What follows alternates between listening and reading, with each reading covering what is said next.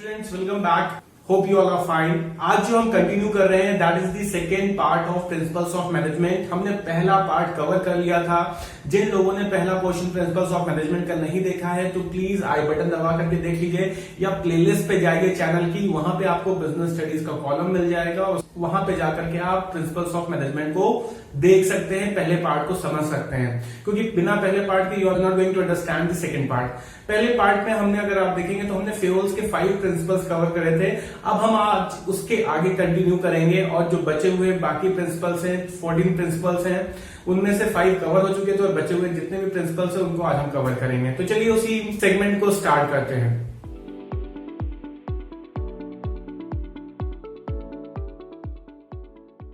जो 6 नंबर आता है, 6 नंबर का जो प्रिंसिपल है वो है subordination of individual interest to general interest. Subordination of individual interest to general interest क्या कहता है कि किसी भी ऑर्गेनाइजेशन के अंदर फ्यूल का ये मानना था या ये कहना था कि ऑर्गेनाइजेशन में जितने भी एम्प्लॉयज काम कर रहे हैं सबको अपने पर्सनल मोटिव को और अपने पर्सनल गोल्स को नीचे रखना है और ऑर्गेनाइजेशन के गोल को ऊपर रखना है, क्योंकि जब ऑर्गेनाइजेशन का गोल अचीव होगा तभी उनके पर्सनल गोल्स अचीव होंगे। तो इसीलिए बोला जाता है कि organisational goal should supersede the goal of an individual. ठीक है, तो यहां पे देखिए interest of organisation supersede the interest of individual और एम्प्लॉयज। तो यहाँ पे सिंपल सा कहना ये है कि किसी भी ऑर्गेनाइजेशन के अंदर जो हमारे इंडिविजुअल्स हैं उनका गोल जो है वो नीचे रहेगा, उनका जो इंटरेस्ट है वो नीचे रहेगा। कंपनी का जो मोटिव है, कंपनी का जो गोल है वो हमेशा सुपरसीड करना चाहिए। किससे सुपरसीड करना चाहिए, किसके ऊपर होना चाहिए? इंडिविजुअल के गोल के ऊपर। क्यों? क्योंकि जब तक कंपनी अपना गोल अचीव नहीं करेगी तब तक हमारे एम्प्लॉयज का गोल भी अचीव नहीं होगा। ठीक है, तो ये हमारा ये प्रिंसिपल बताता है, जिसे हम subordination of individual interest to general interest कहते हैं। दूसरा अगर आप देखेंगे रेम्यूनरेशन। रेम्यूनरेशन का तो मतलब आपको पता ही होगा। रेम्यूनरेशन का मतलब होता है वेजेस, सैलरी, जो हम वर्कर्स को पे करते हैं उनके काम के अगेंस्ट। तो फ्यूल का ये कहना है कि जो रेम्यूनरेशन पे करना चाहिए तो remuneration should be fair and just and according to the work done by an individual in the organisation.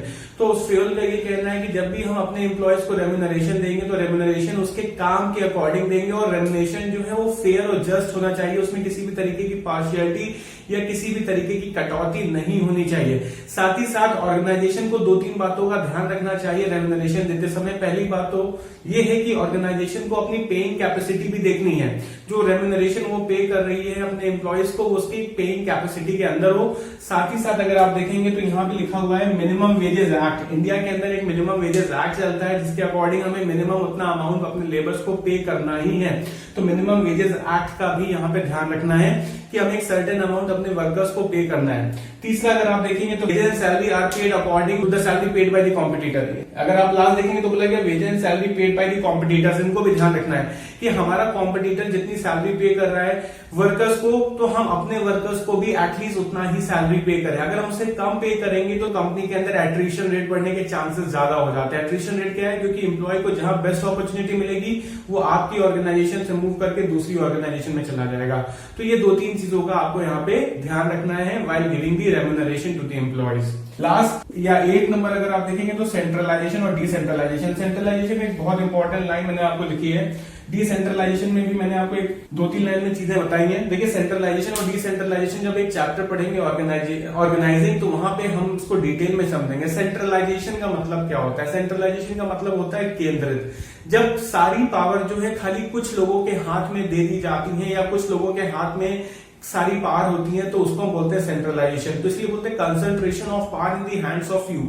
जब कंपनी का मालिक जो है वो अगर सारी पावर्स अपने हाथ में रखेगा, उसको अपने वर्कर्स के बीच में, मैनेजर्स के बीच में या लेवल्स ऑफ मैनेजमेंट के बीच में डिस्ट्रीब्यूट नहीं करेगा तो वो बोला जाएगा सेंट्रलाइजेशन। तो सेंट्रलाइजेशन मतलब केंद्रित, जहां पे सारी पावर्स एक इंसान के हाथ में है। और डिसेंट्रलाइजेशन मतलब क्या है? Distribution of powers into the various level. जब हम उसी पावर को अलग अलग लेवल पे डिवाइड कर देते हैं या अलग अलग लेवल पे डिस्ट्रीब्यूट कर देते हैं तो डिसेंट्रलाइजेशन बन जाता है। अब फ्यूल का ये कहना है कि किसी भी ऑर्गेनाइजेशन के अंदर ना ही पूरा सेंट्रलाइजेशन होना चाहिए और ना ही पूरा डिसेंट्रलाइजेशन होना चाहिए। दोनों के बीच में एक मिक्सअप की सिचुएशन होनी चाहिए, एक बैलेंस होना चाहिए। क्योंकि अगर किसी भी ऑर्गेनाइजेशन में अगर आप देखेंगे तो सारी पावर्स अगर खाली ओनर अपने हाथ में रख लेगा तो डिसीजन मेकिंग में बहुत डिले होगा और ऑर्गेनाइजेशन जो है वो लॉस सफर करेगी।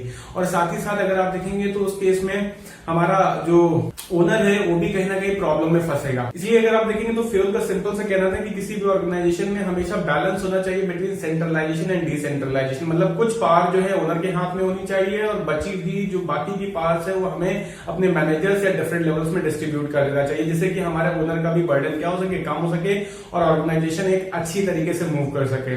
तो ये तीन जो है बेसिक चीजें हैं, ये तीन प्रिंसिपल्स आपको समझ में आ गए होंगे। ठीक है, आइए नेक्स्ट जो है उनको देखते हैं। आइए स्टूडेंट देखते हैं कुछ और प्रिंसिपल्स यहाँ पे। अगर आपने हमें इंस्टाग्राम पे फॉलो नहीं करा है तो आप इंस्टाग्राम पे फॉलो करके अपने क्वेश्चंस ड्रॉप कर सकते हैं, वहां पे हम आपका रिप्लाई जरूर देंगे। बिजीनॉमिक्स के नाम से इंस्टाग्राम पे अकाउंट है, प्लीज उसको जरूर फॉलो करिए।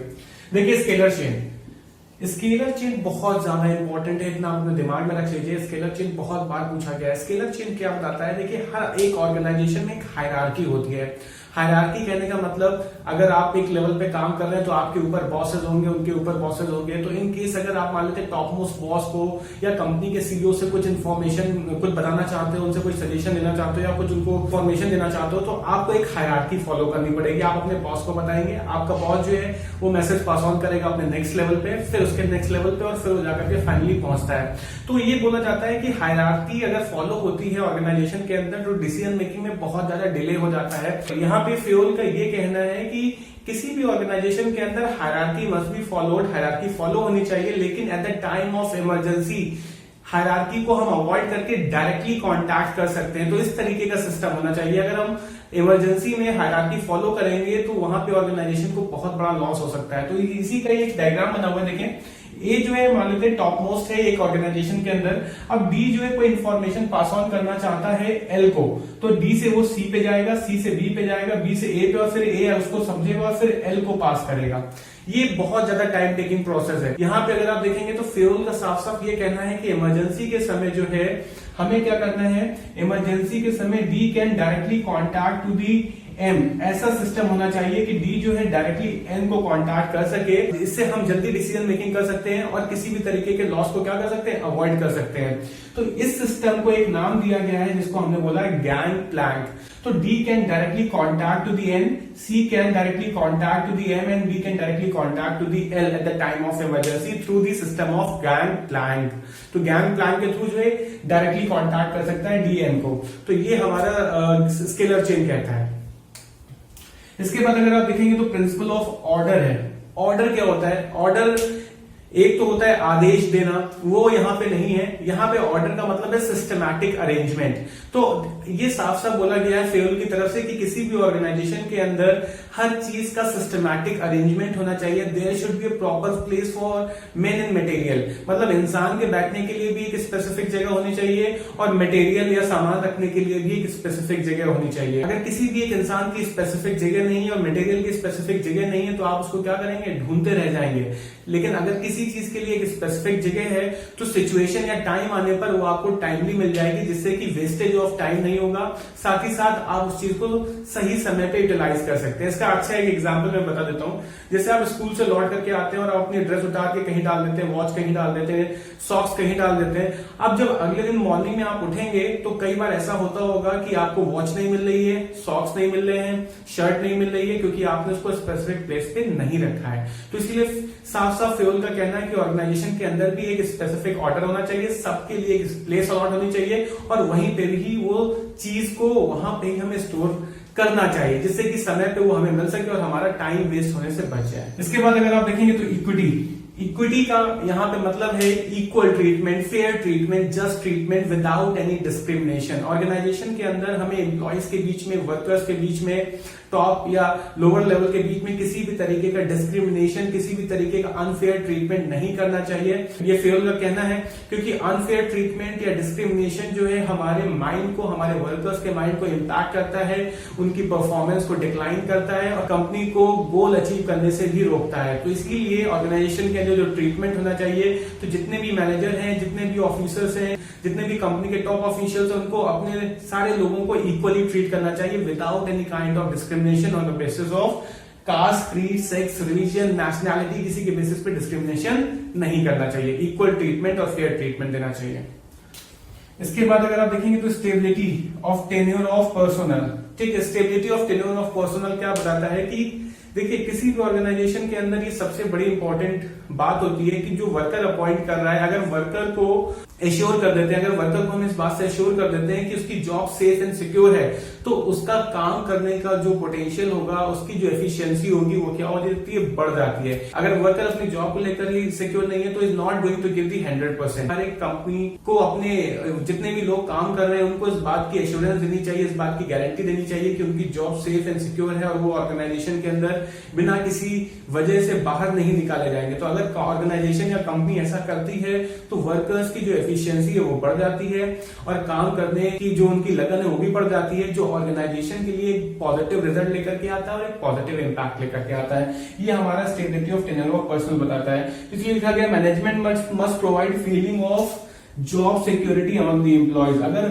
हमारे एम्प्लॉयज को जॉब सिक्योरिटी की फीलिंग आती है या जॉब उनको ये महसूस कराया जाता है कि उनकी जॉब नहीं जाएगी, वो अपने काम की जगह पे सेफ है, तो उस केस में उनकी एफिशिएंसी लेवल इंक्रीज हो जाती है और काम करने का जो उनका लेवल है वो भी बढ़ जाता है। देखिए लास्ट के दो प्रिंसिपल्स हैं, एक है इनिशिएटिव। इनिशिएटिव क्या होता है, to take the first step with self motivation. ठीक है, अपने अंदर के मोटिवेशन से आगे बढ़ करके काम करना। तो किसी भी ऑर्गेनाइजेशन के लिए बहुत ये यूजफुल है कि अगर वहां के वर्कर्स सेल्फ मोटिवेटेड है और अगर वो किसी भी तरीके का सजेशन देते हैं तो वहां के मैनेजमेंट को उसको एक्सेप्ट करना चाहिए, उसके ऊपर विचार करना चाहिए और हो सके तो उसे अप्लाई भी करना चाहिए। इससे फायदा ये होता है कि वर्कर्स अपने आप को ऑर्गेनाइजेशन से कनेक्टेड पाते हैं और ज्यादा एफिशिएंसी के साथ काम करते हैं और हमारी कंपनी की प्रोडक्टिविटी को एनहांस कराते हैं। साथ ही साथ अगर आप देखेंगे तो दोनों के बीच का जो रिलेशनशिप होता है, वर्कर्स और मैनेजमेंट के बीच का जो रिलेशनशिप होता है वो भी बहुत ज्यादा कॉर्डियल और बहुत अच्छा बना रहता है। तो इनिशिएटिव जो है एक बहुत इंपॉर्टेंट प्रिंसिपल है जो फ्यूल ने दिया हुआ है। ठीक है, इसके बाद अगर आप देखेंगे तो नेक्स्ट है हमारा एस्पिरेटिव ऑप्स। एस्पिरेटिव ऑप्स में अगर आप देखेंगे तो इसका मतलब ही होता है टीम वर्क। याद रखिएगा, एस्पिरेटिव ऑप्स का मतलब होता है टीम वर्क। तो किसी भी ऑर्गेनाइजेशन के अंदर, क्योंकि ऑर्गेनाइजेशन जो है सिंगल हैंडेडली काम नहीं कर सकती है, एक इंसान के दम पे नहीं चल सकती है, हमें 1000 लोग चाहिए और सबका सपोर्ट चाहिए।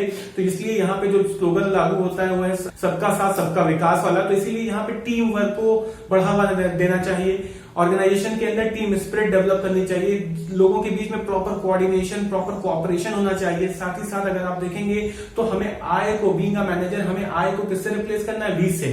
वी के क्या मतलब है, वी जो है हमेशा किसका सिनोनिम है, वी हमेशा टीम स्पिरिट का, टीम वर्क का सिनोनिम है।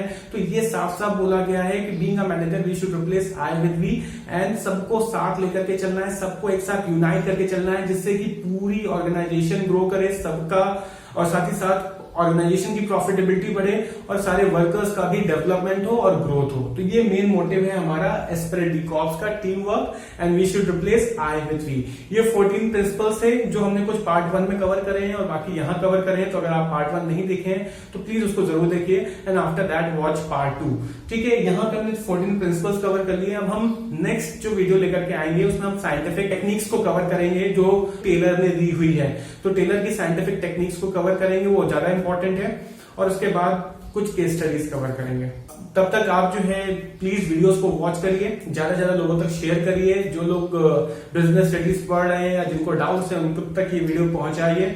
और कोई भी दिक्कत, कोई भी परेशानी है तो आप हमें इंस्टाग्राम पे जाकर के वहां पे भी अपना क्वेश्चन पुट अप कर सकते हैं, हम आपका जरूर आंसर देंगे। Thank you so much.